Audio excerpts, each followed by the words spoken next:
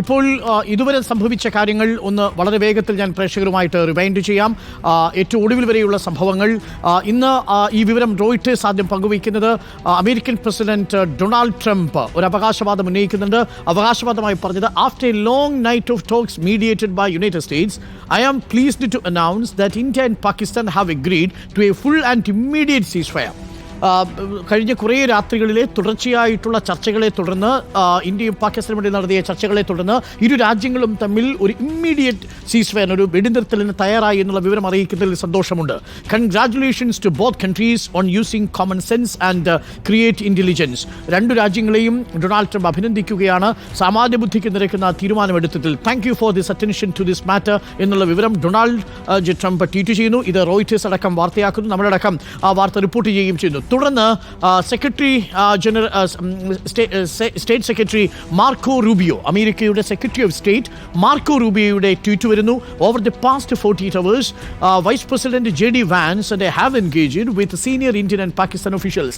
ഇന്ത്യയുടെയും പാകിസ്ഥാന്റെയും ഉദ്യോഗസ്ഥന്മാരുമായി Marco റൂബിയോയും JD Vanceും ചർച്ച നടത്തിയിരുന്നു, including prime ministers Narendra Modi and Shahbaz Sharif, external affairs minister Subrahmanyam Jaishankar, chief of army staff Asim Munir and national security adviser Ajit Doval and Asim Malik. അപ്പോൾ ഈ ഉദ്യോഗസ്ഥരുമായിട്ട് അസീം മാലിക്, അജിത് ഡോവൽ ഇന്ത്യയുടെ national security adviser, Asim Malik പാകിസ്ഥാന്റെ നാഷണൽ സെക്യൂരിറ്റി അഡ്വൈസർ, ഇന്ത്യയുടെ പാകിസ്ഥാന്റെ chief of army staff Asim Munir, ഇന്ത്യയുടെ വിദേശകാര്യമന്ത്രി S ജയശങ്കർ, ഒപ്പം ഷഹബാസ് ഷെരീഫ് പാകിസ്ഥാൻ പ്രൈം മിനിസ്റ്റർ, പ്രധാനമന്ത്രി നരേന്ദ്രമോദി, ഇവരുമായിട്ടൊക്കെ അമേരിക്കയുടെ secretary of state Marco Rubio സംഭാഷണം നടത്തിയെന്നാണ് പറയുന്നത്. I am pleased to announce that the governments of India and Pakistan have agreed to an immediate ceasefire and to start talks on a broad set of issues at a neutral site.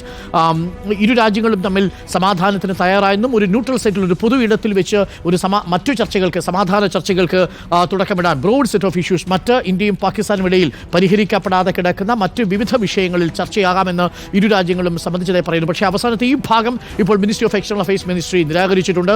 ഏതെങ്കിലും തരത്തിൽ ഇന്ത്യയും പാകിസ്ഥാനും തമ്മിൽ ഏതെങ്കിലും ഒരു സൈറ്റിൽ വെച്ച് ചർച്ച നടത്താം എന്നുള്ള വിവരം ഒരിക്കലും ഇപ്പോൾ ministry of external affairs ministry അറിയിച്ചിട്ടില്ല. ഇത് മാർക്കോ റൂബിയോയുടെ മാത്രം ഒരു ക്ലെയിമാണ്. കാരണം ഇന്ത്യ തുടർച്ചയായി പാകിസ്ഥാനുമായി നിലനിർത്തിപ്പോരുന്ന ഒരാശയം എന്ന് പറയുന്നത് this is A bilateral issue. ഇത് ഇന്ത്യയും പാകിസ്ഥാനും തമ്മിലുള്ള ഒരു പ്രശ്നമാണ്. ഇതിൽ മറ്റൊരു രാജ്യത്തിൻ്റെ ഇൻവോൾവ്മെൻറ്റ് ഇന്ത്യ ആഗ്രഹിക്കുന്നില്ല. അത് പിന്നീട് മിനിസ്ട്രി ഓഫ് എക്സ്റ്റേണൽ അഫയേഴ്സിൻ്റെ സ്റ്റേറ്റ്മെൻറ്റിൽ വളരെ കൃത്യമായി പറയുകയും ചെയ്യുന്നുണ്ട്.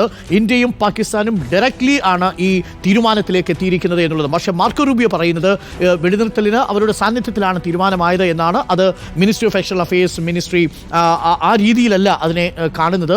ഇന്ത്യയും പാകിസ്ഥാനും നേരിട്ടാണ് ഇതിൽ ചർച്ച നടത്തിയിരിക്കുന്നത്. മറ്റു ചർച്ചകൾക്കൊന്നും സാധ്യതയില്ല എന്നാണ് ഇപ്പോൾ പറയുന്നതും. ഇപ്പോൾ വരുന്ന മറ്റൊരു ട്വീറ്റ് എന്ന് പറയുന്നത് ജയറാം രമേശ് പ്രതിപക്ഷത്തിൻ്റെ ഭാഗത്തു നിന്നൊരു ട്വീറ്റ് വരുന്നു.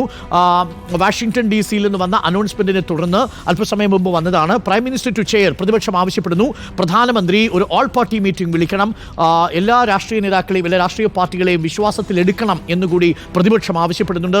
ഒരു special session of parliament to discuss an events of the last 18 days, കഴിഞ്ഞ 18 ദിവസത്തെ സംഭവ വികാസങ്ങളെക്കുറിച്ച് ചർച്ച ചെയ്യാൻ. 18 ദിവസത്തെ സംഭവ വികാസങ്ങൾ, പഹൽഗാം മുതൽ ഏറ്റവും ഒടുവിൽ നടന്ന സൈനിക നീക്കങ്ങളടക്കമുള്ള കാര്യങ്ങളെക്കുറിച്ച് ചർച്ച ചെയ്യാനും നമ്മുടെ ഒത്തൊരുമ കാണിക്കാനുമായി പാർലമെന്റിന്റെ സെഷൻ വിളിക്കണമെന്ന് പ്രതിപക്ഷം ആവശ്യപ്പെട്ടിട്ടുണ്ട്. ഇത് ജയറാം രമേശിന്റെ പോസ്റ്റാണ് ഇപ്പോൾ പ്രേക്ഷകർ കണ്ടതും. ഇത്രയുമാണ് ഇപ്പോൾ വന്നിരിക്കുന്ന പ്രധാനപ്പെട്ട കാര്യങ്ങൾ. ഡോക്ടർ S ജയശങ്കറിന്റെ ട്വീറ്റാണ്. India and Pakistan have today worked out an understanding on stoppage of firing and military action. എല്ലാ തരത്തിലുള്ള വെടിവയ്പ്പുകളും അവസാനിപ്പിക്കാനും എല്ലാ തരത്തിലുള്ള മിലിറ്ററി ആക്ഷനും സൈനിക നടപടികളും നിർത്തിവെക്കാനും ഇരു രാജ്യങ്ങളും തമ്മിൽ ധാരണയായിരിക്കുന്നു എന്നാണ് doctor S ജയശങ്കറിന്റെ tweet. India has consistently maintained a firm and uncompromising stance against terrorism in all of its forms and manifestations. എല്ലാ തരത്തിലുള്ള ഭീകരപ്രവർത്തനത്തിനും ഭീകരപ്രവർത്തനങ്ങളുടെ പ്രകടനങ്ങൾക്കും അഥവാ എല്ലാ ഭീകര പ്രവർത്തനങ്ങൾക്കുമുള്ള എതിരെ ഒത്തുതീർപ്പില്ലാത്ത വിധം, വിട്ടുവീഴ്ചയില്ലാത്ത വിധം നിലപാട് സ്വീകരിക്കുന്ന രാജ്യമാണ് India. India will continue to do so. അങ്ങനെ തന്നെ ഇന്ത്യ തുടരുകയും ചെയ്യും. അതായത് സീറോ ടോളറൻസ് ടു ടെററിസമാണ് നമ്മുടെ പ്രധാനപ്പെട്ട ടാഗ്. അതുകൊണ്ട് ആ നയത്തിൽ തന്നെയായിരിക്കും ഇന്ത്യ തുടരുക. പ്രതിരോധ മന്ത്രാലയം ശക്തമായ താക്കീതാണ് നൽകിയിരിക്കുന്നത്. ഇതാണ് ഇതുവരെ നടന്ന പ്രധാനപ്പെട്ട സംഭവ വികാസങ്ങൾ നമ്മൾ ട്വീറ്റുകളിലൂടെ നമ്മൾ പരിശോധിക്കുകയാണെങ്കിൽ മനസ്സിലാകുന്നത്. ഡൊണാൾഡ് ട്രംപിൻ്റെ ട്വീറ്റ് റോയിറ്റേഴ്സ് റിപ്പോർട്ട് ചെയ്യുന്നു. നമ്മളടക്കമുള്ള മാധ്യമങ്ങൾ അത് വളരെ വേഗം പ്രിയപ്പെട്ട പ്രേക്ഷകരിലേക്ക് എത്തിക്കുന്നു. ആശ്വാസ വാർത്തയുടെ സൂചന ആദ്യം നൽകുന്നത് ഡൊണാൾഡ് ട്രംപാണ്. അതിനുശേഷം മാർക്കോ റൂബിയോയുടെ ട്വീറ്റ് വരുന്നു. അതിനുശേഷം ഇഷാഖ് ദർ പാകിസ്ഥാന്റെ വിദേശകാര്യമന്ത്രിയുടെ ട്വീറ്റ് വരുന്നു. തുടർന്ന് ഇന്ത്യയുടെ വിദേശകാര്യ മന്ത്രാലയത്തിന്റെ പ്രസ് മീറ്റാണ്. അവിടെ പ്രസ് മീറ്റ് ആയിട്ടുണ്ടായിരുന്നില്ല, ഒരു സ്റ്റേറ്റ്മെന്റ് നൽകി പോവുകയാണ് ചെയ്തത് വിക്രം മിശ്രി. ആ സ്റ്റേറ്റ്മെന്റിൽ പറയുന്നത് ഇന്ന് ഉച്ചയ്ക്ക് 3:35 പാകിസ്ഥാന്റെ director general of military operations, ഇന്ത്യയുടെ ഡയറക്ടർ ജനറൽ ഓഫ് മിലിറ്ററി ഓപ്പറേഷനെ വിളിക്കുകയും ഇന്ത്യയും പാകിസ്ഥാന്റെയും ഇടയിലുള്ള സംഘർഷം പരിഹരിക്കുന്നതിനായി ഇരു രാജ്യങ്ങളും തമ്മിൽ വെടിനിർത്തലിന് ധാരണയാവുകയും എല്ലാത്തരം സൈനിക നീക്കങ്ങളും അവസാനിപ്പിക്കാൻ തയ്യാറെടുക്കുകയും ചെയ്തു. കര, നാവിക, വ്യോമ സൈനിക നീക്കങ്ങൾ അവസാനിപ്പിക്കാനുള്ള നിർദ്ദേശമാണ് നൽകിയത്. സൈനികർക്കെല്ലാം ആ നിർദ്ദേശങ്ങൾ നൽകി. അതോടുകൂടി ഇന്ന് വൈകുന്നേരം 5 മണിയോടുകൂടി ഇരു രാജ്യങ്ങൾക്കുമിടയിൽ വെടിനിർത്തൽ നിലവിൽ വന്നിരിക്കുന്നു എന്നുള്ള വിവരമാണ് വിക്രം മിശ്രി അറിയിച്ചിരിക്കുന്നത്. അതിനെ തുടർന്ന് പിന്നീട് പ്രതിരോധ മന്ത്രാലയത്തിൻ്റെ പ്രസ് മീറ്റും നടന്നു. പ്രതിരോധ മന്ത്രാലയത്തിൻ്റെ പ്രസ് മീറ്റിൽ എല്ലാ പാകിസ്ഥാൻ്റെ വ്യാജ പ്രചരണങ്ങളും പൊളിച്ചടുക്കിയുള്ള പ്രസ് മീറ്റാണ് നമ്മൾ കണ്ടത്. ഇന്ത്യയുടെ അമ്യൂണീഷൻ ഡിപ്പോയ്കൾക്ക് നേരെ, ആയുധപ്പുരകൾക്ക് നേരെ പാകിസ്ഥാൻ ആക്രമണം നടത്തി എന്നുള്ളത് വ്യാജ പ്രചരണമാണ്. ഇന്ത്യയുടെ ബ്രഹ്മോസ് തകർത്തു എന്നുള്ളത് വ്യാജ പ്രചരണമാണ്. ഇന്ത്യയുടെ എയർബേസുകൾ തകർത്തു എന്നുള്ളത് വ്യാജ പ്രചരണമാണ്. ഇന്ത്യയുടെ അതിർത്തി കടന്ന് ഇന്ത്യയുടെ എയർബേസുകൾക്ക് ഒരു പോറലുമേൽപ്പിക്കാൻ പാകിസ്ഥാൻ്റെ ഒരു ഡ്രോണിനും മിസൈലുകൾക്കും സാധിച്ചിട്ടില്ല എന്നുള്ളതാണ് വാസ്തവം. ഇത്തരത്തിലുള്ള വ്യാജ പ്രചരണങ്ങൾ S-400 പോലെയുള്ള അഡ്വാൻസ്ഡ് ഏരിയയിൽ മിസൈൽ സിസ്റ്റത്തെ പാകിസ്ഥാൻ തകർത്തു എന്ന പ്രചരണം, അതും വ്യാജ പ്രചരണമാണ്. ഇന്ത്യയുടെ മിലിറ്ററി ഏതെങ്കിലും റിലീജിയസ് സൈറ്റുകൾ ആക്രമിച്ചു എന്ന തരത്തിൽ പാകിസ്ഥാൻ പ്രചരണം നടത്തുന്നുണ്ട്, അതും വ്യാജ പ്രചരണമാണ്.